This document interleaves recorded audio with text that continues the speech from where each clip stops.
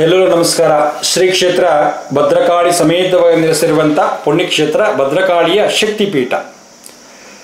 ಈ ಕ್ಷೇತ್ರದಲ್ಲಿ ಇಲ್ಲಿ ಬರುವಂಥ ಭಕ್ತರಿಗೆ ಯಾವ ಥರ ನಾವು ಹರಕೆಯನ್ನು ಕಟ್ಟಿ ಯಾವ ಥರ ನಾವು ಸೇವೆಯನ್ನು ಮಾಡಬೇಕು, ಏಕೆಂದರೆ ಭಗವಂತನಿಗೆ ಹರಕೆ ರೂಪದಲ್ಲಿ ನಾವು ಸಲ್ಲಿಸುವಂಥದ್ದು ಇಂದಿನ ಕಾಲದಿಂದ ಬಂದಿರುವಂಥದ್ದು ಒಂದು ಇತಿಹಾಸ ಸಹ ಇದೆ. ಇತಿಹಾಸ ಹಿಂದಿನ ಕಾಲದಿಂದ ಹರಕೆಯನ್ನು ಕಟ್ಟುವಂಥದ್ದು. ಈಗ ನಮ್ಮ ಮನೆಯಲ್ಲಿ ಮೊದಲೇನು ಮಾಡ್ತಿದ್ರೆ ಏನೋ ಸಮಸ್ಯೆ ಆಯಿತು, ಆರೋಗ್ಯ ಕೆಡ್ತಾ ಇತ್ತು, ಇವತ್ತಿನ ಬಂದಿರುವಂಥದ್ದಲ್ಲ, ಇದು ಸುಮಾರು ವರ್ಷಗಳಿಂದ ಇತಿಹಾಸ ಕಾಲದಿಂದ ಬಂದಿರುವಂಥ ಈ ಹರಕೆಗಳು ಅನ್ನೋದು ಭಾಳಷ್ಟು ವಿಶೇಷ.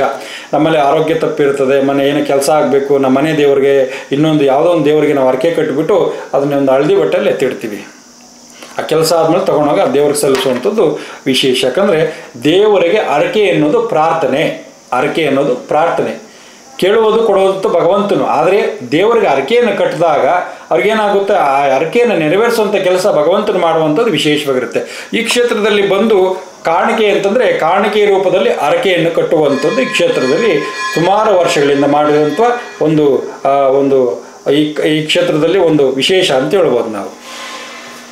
ಏನು ಕಾಣಿಕೆ ಕಟ್ಟುವಂಥದ್ದು, ಯಾವ ಸಮಸ್ಯೆಗಳಿಗೆ ಏನು ಕಾಣಿಕೆ ಕಟ್ಟಬೇಕು ಅನ್ನೋದು ವಿಶೇಷ. ಅಮ್ಮನವರ ಸಂಕಲ್ಪ ಅವತ್ತಿಂದನೂ ಸಹ ದೇವಸ್ಥಾನ ಸ್ಥಾಪನೆ ಆಗಿರುವಂಥ ಕಾಲದಿಂದ ಸಹ ಇದುವರೆಗೂ ಸಹ ಕಾಣಿಕೆಯಿಂದ ಹರಕೆಯನ್ನು ಸಲ್ಲಿಸಿ ಅಮ್ಮನಿಗೆ ಪ್ರಾರ್ಥನೆ ಮಾಡುವಂಥದ್ದು ಭಾಳಷ್ಟು ವಿಶೇಷ. ಇಲ್ಲಿ ಆರೋಗ್ಯ ಸಮಸ್ಯೆ ಇರುವಂಥವರು ₹3 ಕಾಣಿಕೆಯನ್ನು ಕಟ್ತಾರೆ. ಯಾವುದೇ ಆರೋಗ್ಯ ಸಮಸ್ಯೆ ಇದ್ದರೂ ಬಂದು ಅಮ್ಮನನ್ನು ಸಂಕಲ್ಪ ಮಾಡಿ ಭಕ್ತಿ ಶ್ರದ್ಧೆ ಭಕ್ತಿಯಿಂದ ₹3 ಕಾಣಿಕೆಯನ್ನು ಕಟ್ಟಿ ದೇವಸ್ಥಾನ 9 ಪ್ರದಕ್ಷಿಣೆ ಹಾಕಿ ಒಳಗಡೆ ಹೋಗಿ ಅಮ್ಮನವರಿಗೆ ನಮ್ಮ ಸಂಕಲ್ಪವನ್ನು ಒಪ್ಪಿಸಿ ಅದಾದ ಮೇಲೆ ಅಮ್ಮನವರ ಪಾದಕ್ಕೆ ಅರ್ಪಣೆ ಮಾಡಿಕೊಡ್ತಾರೆ. ಅದನ್ನು ತಂದು ಅಲ್ಲಿ ಈಚೆ ತ್ರಿಶೂಲಕ್ಕೆ ಕಟ್ಟುವಂಥದ್ದು ಇರ್ತದೆ. ಮತ್ತು ಭೂಮಿ ವಿಚಾರ ಆಗಬೇಕು, ನಾವು ಜಮೀನು ತಗೊಳ್ಬೇಕು, ಭೂಮಿ ವಿಚಾರ ನಮ್ಗೆ ಆಗಬೇಕು ಅನ್ನೋಂಥವ್ರು ₹4 ಕಾಣಿಕೆಯನ್ನು ಕಟ್ತಾರೆ. ₹4 ಕಟ್ಟಿ ಸೇಮ್ 9 ಪ್ರದಕ್ಷಿಣೆ ಹಾಕಿ ಅಮ್ಮನವರು ಸಂಕಲ್ಪ ಮಾಡುವಂಥದ್ದು ಇರ್ತದೆ. ಮತ್ತು ಕೆಲಸ ಕಾರ್ಯ ಆಗಬೇಕು, ಒಂದು ಗುರುನ ಅನುಗ್ರಹ ಆಗಬೇಕು, ಯಾವುದೇ ಕೆಲಸ ಡಿಲೇ ಆಗ್ತಿದೆ, ಕೆಲಸ ಆಗಬೇಕು ಅಂದಂಥವ್ರು ಏನಾಗ್ತದೆ ₹5 ಕಟ್ಟಿ ಹೋಗುವಂಥದ್ದು ವಿಶೇಷ. ಮತ್ತು ಸಂತಾನ ವಿಳಂಬ ಆಗ್ತಿದೆ, ಸಂತಾನ ಎಷ್ಟೋ ವರ್ಷಗಳಿಂದ ಮಕ್ಕಳಾಗ್ತಾ ಇಲ್ಲ, ಮದುವೆ ಆಗ್ತಾ ಇಲ್ಲ, ತುಂಬ ವರ್ಷಗಳಿಂದ ಕೋರ್ಟ್ ವಿಚಾರ ಅನ್ನುವಂಥದ್ದು ₹7 ಕಾಣಿಕೆಯನ್ನು ಕಟ್ಟುವಂಥದ್ದು ವಿಶೇಷ. ಮತ್ತು ದೃಷ್ಟಿದೋಷ, ಮತ್ತು ರಾಹುಕೇತು ದೃಷ್ಟಿದೋಷ, ಮತ್ತು ವಾಮಾಚಾರಗಳ ದೃಷ್ಟಿದೋಷ ಆಗಿದ್ದರೆ ₹8 ಕಾಣಿಕೆ ಕಟ್ಟುವಂಥದ್ದು ವಿಶೇಷ. ಮತ್ತು ₹11 ಅಂತಂದರೆ ಮನೆಯನ್ನು ಕಟ್ಟಬೇಕು, ಮಕ್ಕಳಿಗೆ ವಿದ್ಯಾಭ್ಯಾಸ, ಕೆಲಸ ಕಾರ್ಯಗಳಾಗಬೇಕು, ಮನೆಯಲ್ಲಿ ಅಶಾಂತಿ ಮತ್ತು ಗಂಡ ಹೆಂಡತಿ ಜಗಳಿಗೆ, ಇವೆಲ್ಲ ಸಮಸ್ಯೆಗಳಿಗೆ ₹11 ಕಾಣಿಕೆಯನ್ನು ಕಟ್ಟಿ 9 ಪ್ರದಕ್ಷಿಣೆಯನ್ನು ಹಾಕಿ ದೇವಸ್ಥಾನವನ್ನು ಅಮ್ಮನವರ ಸಾನ್ನಿಧ್ಯಕ್ಕೆ ಹೋಗಿ ಅಮ್ಮನವರ ಪಾದಕ್ಕೆ ಅರ್ಪಣೆ ಮಾಡಿ ನಿಮ್ಮ ಎಲ್ಲ ಸಂಕಲ್ಪವನ್ನು ದೇವಿ ಮತ್ತು ಶಿವನಿಗೆ ಒಪ್ಪಿಸಿ ಅದಾದ ನಂತರ ತ್ರಿಶೂಲಕ್ಕೆ ಕಟ್ಟುವಂಥದ್ದು ಈ ಕ್ಷೇತ್ರದಲ್ಲಿ ವಿಶೇಷ. ಮತ್ತು ಅದು ತ್ರಿಶೂಲ ಕಟ್ಟಾದ ಮೇಲೆ ಏನು ಮಾಡಬೇಕಂದ್ರೆ 5 ವಾರ ಬರುವಂಥದ್ದು. 5 ವಾರ ಅಂತಂದರೆ ಮೊದಲನೇ ವಾರ 3 ವಾರ ಬೂದುಕುಂಬಳಕಾಯಿ ದೀಪ ಅಂತಂತ ಹೇಳ್ತೀವಿ. ಬೂದುಕುಂಬಳಕಾಯಿ ದೀಪ ಅಂತಂದರೆ ಕೂಷ್ಮಾಂಡ ಅಂತಂದರೆ ಆ ದೇವಿಗೆ ಬಹಳಷ್ಟು ಪ್ರಿಯವಾದಂಥದ್ದು ಬೂದುಕುಂಬಳಕಾಯಿ ಒಂದು ದೀಪ. ಆ ದೀಪ ಬೆಳಗಿದ್ರೆ ಒಳ್ಳೆಯದಾಗುತ್ತಾ ಅಂತ ಕೆಲವು ಪ್ರಶ್ನೆಗಳು ಕೇಳ್ತೀರಾ. ದೀಪ ಬೆಳಗೋದು ಏಕಪ್ಪ ಅಂತಂದರೆ ನಮ್ಮಲ್ಲಿರುವಂಥ ಅಹಂಕಾರವನ್ನು ತೊಳೆದು ನಮ್ಮಲ್ಲಿರುವಂಥ ಹಂಗಂತ ಹೇಳ್ಕೊಳಕ್ಕೆ ಹೋಗ್ಬೇಡಿ. ನಾವೆಲ್ಲೋ ಒಂದು ಕಡೆ ತಪ್ಪು ಮಾಡಿರ್ತೀರ, ನಮ್ಮಲ್ಲಿರುವಂಥ ಎಲ್ಲ ಸಮಸ್ಯೆಗಳನ್ನು ಪರಿಹಾರ ಆಗಲಿ ಅಂತೇಳಿ, ನಮ್ಮಲ್ಲಿರುವಂಥ ದುಷ್ಟಗಳೆಲ್ಲ ಪರಿಹಾರ ಆಗಲಿ ಅಂತೇಳಿ ಆ ದೀಪವನ್ನು ಹಚ್ಚಿ ಅದು 3 ಥರದ ಎಣ್ಣೆಯನ್ನು ಹಾಕಿ 365 ದಿನದ ಬತ್ತಿಯನ್ನು ಹಾಕಿ ಆ ದೀಪಕ್ಕೆ ಉರಿಸಿದಾಗ ಸುಮಾರು 2 ರಿಂದ 3 ಗಂಟೆ ಕಾಲ ಆ ದೀಪ ಕ್ಷೇತ್ರದಲ್ಲಿ ಉರಿತದೆ.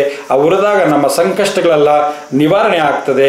ಯಾವುದೇ ಸಮಸ್ಯೆಗಳಿದ್ದರೂ ಸಹ ಪರಿಹಾರ ಆಗುವಂಥದ್ದು ಭಾಳಷ್ಟು ವಿಶೇಷ.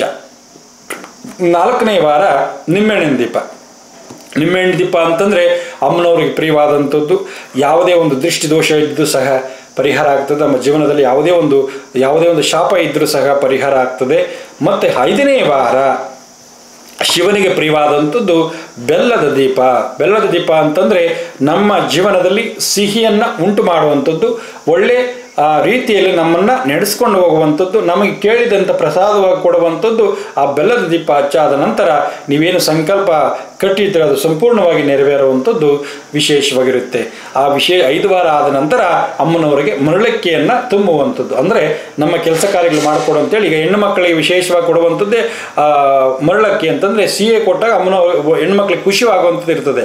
ಹಾಗಾಗಿ ಮರಳಕ್ಕಿಯನ್ನು ಅಮ್ಮನವರು ಮರಳಿಗೆ ಹಾಕಿದಾಗ ನಿಮ್ಮ ಸಂಕಲ್ಪ ಸಂಪೂರ್ಣವಾಗಿ ನೆರವೇರ್ತದೆ ಅಂತ ಹೇಳ್ತಾ ವಿಶೇಷವಾಗಿ ಆ ಕಾಣಿಕೆ ರೂಪ ಅಂತಂದರೆ ಆ 3 ರೂಪಾಯಿ ಅಂತಂದರೆ ಸೂರ್ಯ, ಚಂದ್ರ, ಮಂಗಳ ಅಂತಂದರೆ ಆರೋಗ್ಯವನ್ನು ಕೊಡುವಂಥವನು. ಮಂಗಳ ಗ್ರಹ ಅಂಗಾರಕ ಅಂತೀವಿ, ಅಂಗಾರ ಕುಜದೋಷ ಅಂತೀವಿ. ಆ ಕುಜನ ಒಂದು ಕ್ರೂರ ದೃಷ್ಟಿ ಬಿದ್ದಾಗ ನಮಗೆ ಹಲವಾರು ಸಮಸ್ಯೆಗಳಾಗ್ತದೆ, ಎದುರಾಗ್ತದೆ, ಚರ್ಮ ಕಾಯಿಲಾಗಲಿ ಇನ್ನೊಂದು ಮತ್ತೊಂದಾಗಲಿ ಎದುರಾಗುವಂಥದ್ದು, ಆರೋಗ್ಯವನ್ನು ಕೊಡುವಂಥದ್ದು ಮಂಗಳ ಗ್ರಹ ಅಂತ ಹೇಳ್ಬೋದು.